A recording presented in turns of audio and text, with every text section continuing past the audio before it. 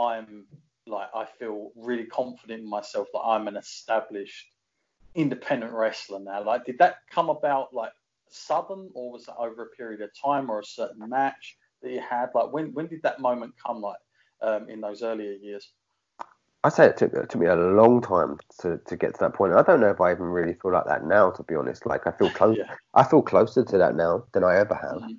But I grafted away for a long time, on and off, through a period of British wrestling where it just wasn't particularly popular or big or successful. I started training in 2004, and Mm-hmm. I've taken various times off from wrestling through injury and because of having children and things like that. But I really started to get my career going in 2010. I really started to start through shit. But even in 2010, it still wasn't the scene that we know now.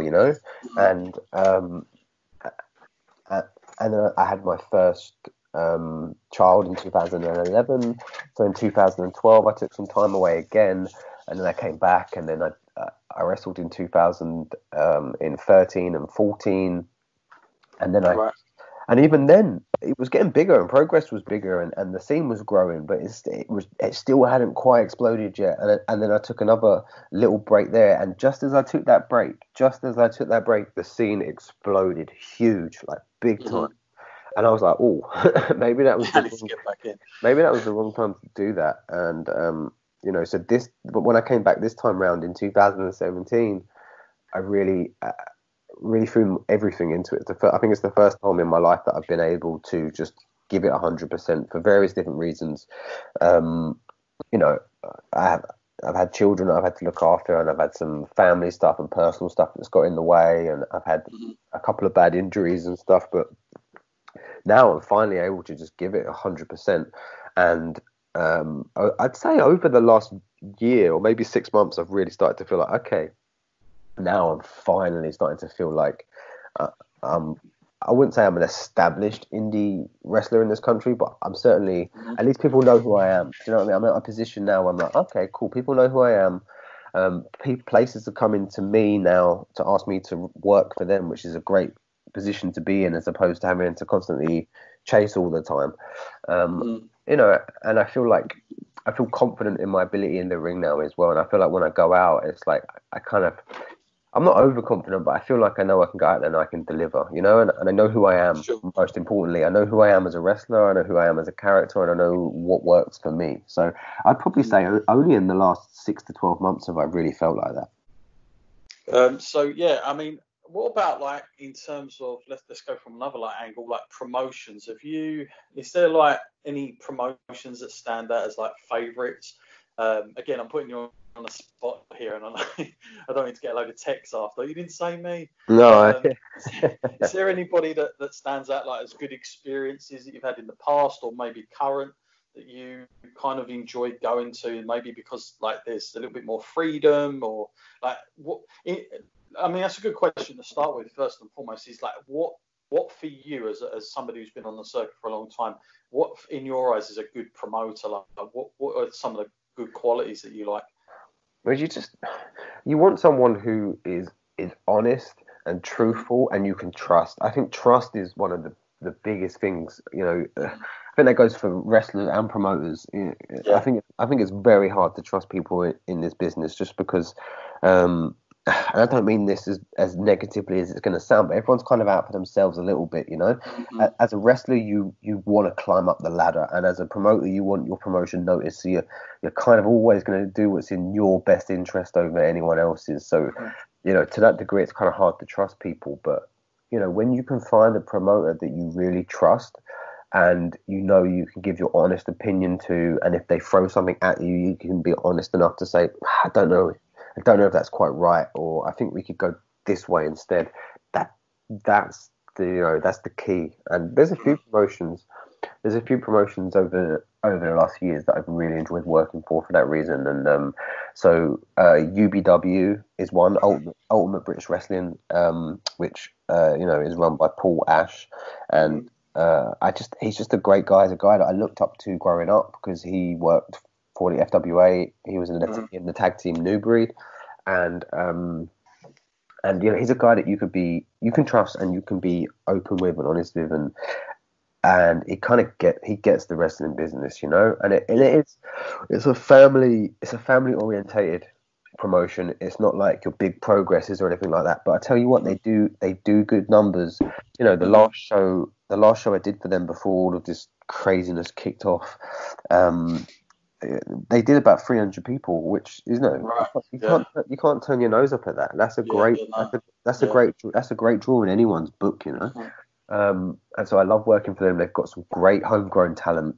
They bring in guys like Jody and Johnny, and Pretty Deadly, and they bring in a few guys, just to supplement their homegrown talent, which I really like. I love working for Win Wrestling, which again isn't necessarily the biggest promotion in the world, but I get on really well with the promoter in a way that I trust him, and that's what's key. Like I said, that's what's key is I trust the promoter, and we can bounce stuff back and forth, and he's given me freedom to grow my character and do what I feel is best for my character, as opposed to just laying it all out for me. And also one last promotion that I love working for, and I think are going to go on and do huge things. They kind of already are, but it's DNA Wrestling, and I started working for them last year, and they've got it right. They really got it right in terms of bringing in some of the younger guys who need a platform and using some of the bigger stars to kind of supplement that, and not just going for the same group of guys who are all good, don't get me wrong, but the same group of 10 or 15 guys who work progress, and they're everywhere. They're absolutely everywhere. Rightly so, because they're the best wrestlers in the country. But if you want another group of wrestlers to be the best wrestlers in the country, you've got to give them opportunities. And I think DNA are doing that, and they're doing it really well. And so I love working for them. So there's 3 promotions there. Yeah, no, that's good. I'm hoping to get Dave on soon, actually, from DNA, just to have him on the podcast. But it's kind of interesting. Like they're really new as well, and their background of being fans almost.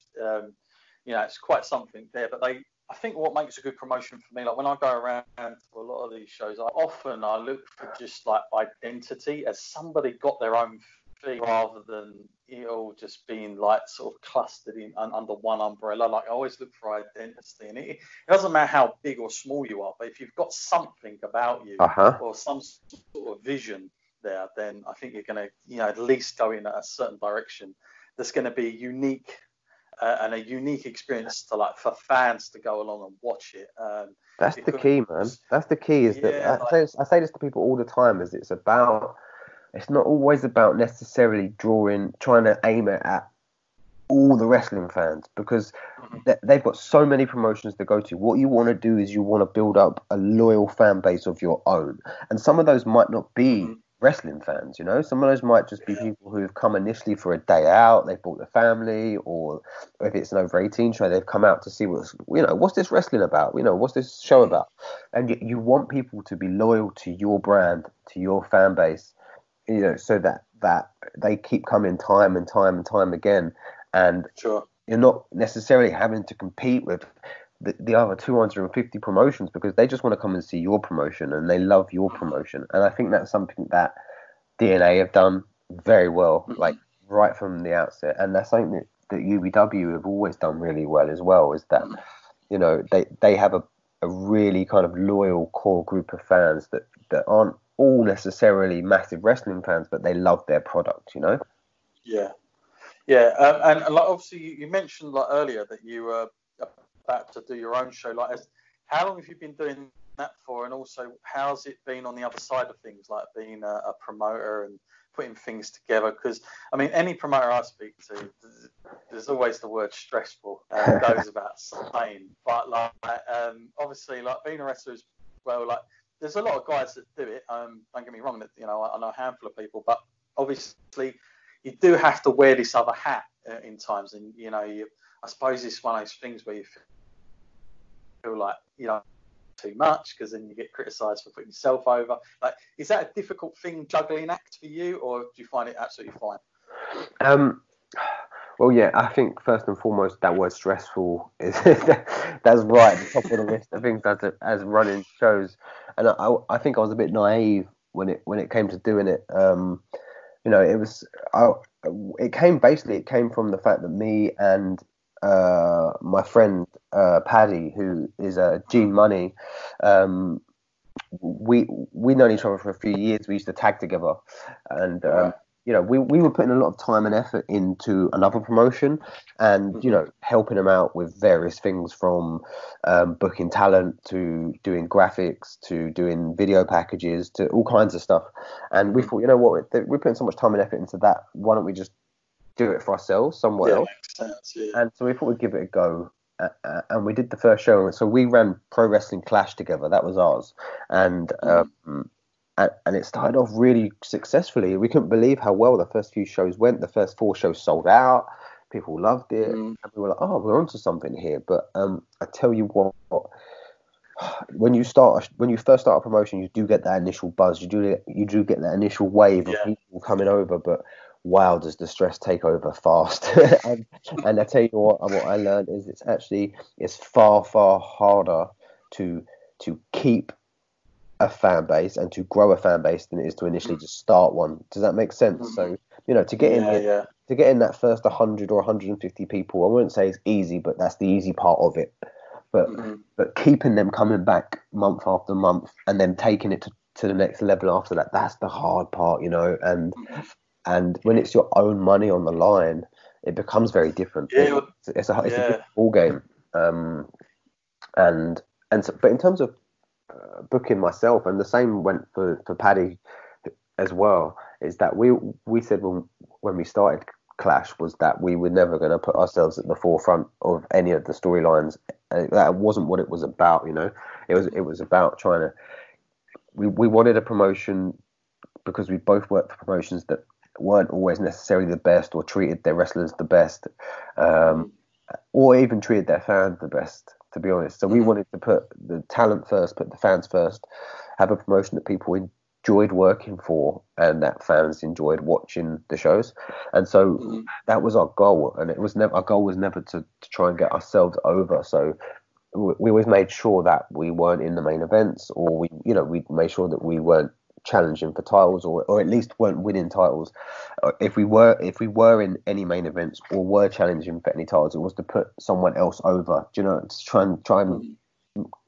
try and use what we had, use our platform to help other people grow their names and to give them a platform to get noticed. And that was the goal. And it was fairly successful, and it ran its course. And I think actually what was the final kind of nail in the coffin was that Paddy with Gene Money just became so successsul, and it is such a huge name in this country now. As he's legitimately one of the biggest stars in the country, and he just couldn't devote as much time to it anymore. And I think he wanted to go on and do his own thing, and I totally understand that, and I totally respect that. So I thought I'd do my own thing, and in May I was going to debut a new promotion called Ignite, and that was going to be mine.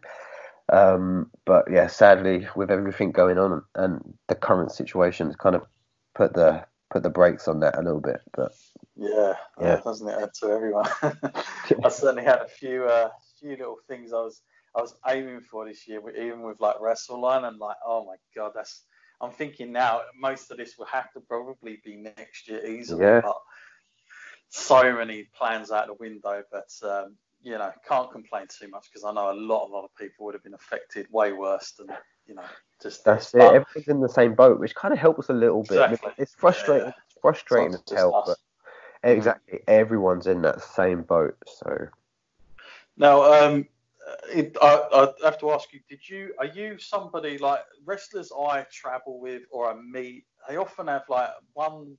I always get this. I'd say about 90% of them tell me the same thing, and I always say to them, "Do you watch like current wrestling?" And most wrestlers I speak to, they're like, "Nah, I don't watch anything like that anymore."